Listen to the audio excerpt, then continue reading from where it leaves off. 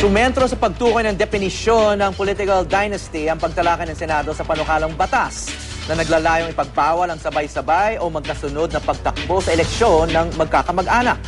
Pero puna ng COMELEC, tila hindi kasama ang national election sa talakayan sa Senado ng Anti-Political Dynasty Bill. May news to go, si Jam Sisante.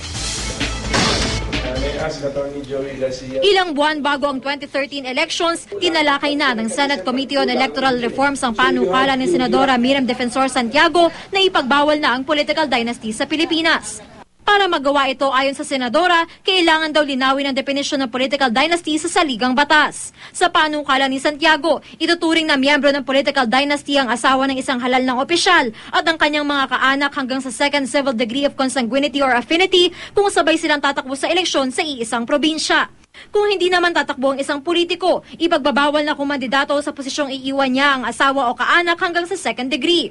At kahit walang kaanak na nasa posisyon, bawal pa rin magsabay sa pagtakbo sa iisang provincial election ang mag-asawa o magkamag-anak hanggang sa second degree kahit pa iba ang posisyon nilang target.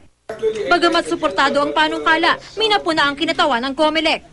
The definition po, parang hindi niya covered yung national position. Baka naman ma-accuse kaming mga senators dito na pinapaboran namin yung aming positions because yung law na ipapasa namin na anti-dynasty law does not cover senators and vice presidents and presidents. So ayusin po natin yung definition na maging acceptable sa lahat.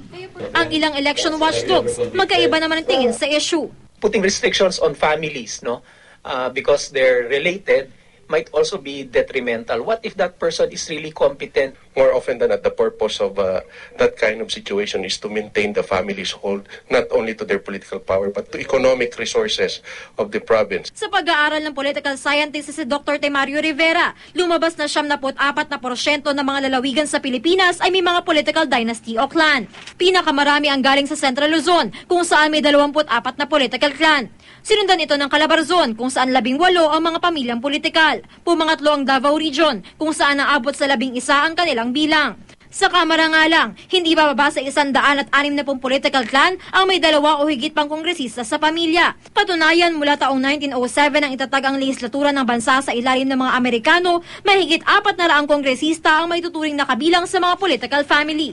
Sa Nobyembre, ipapagpatuloy ng Senado ang pagdinig sa issue, bagamat mukhang malabo na rin nila itong maisabatas bago ang midterm elections. Jam Sisante, GMA News.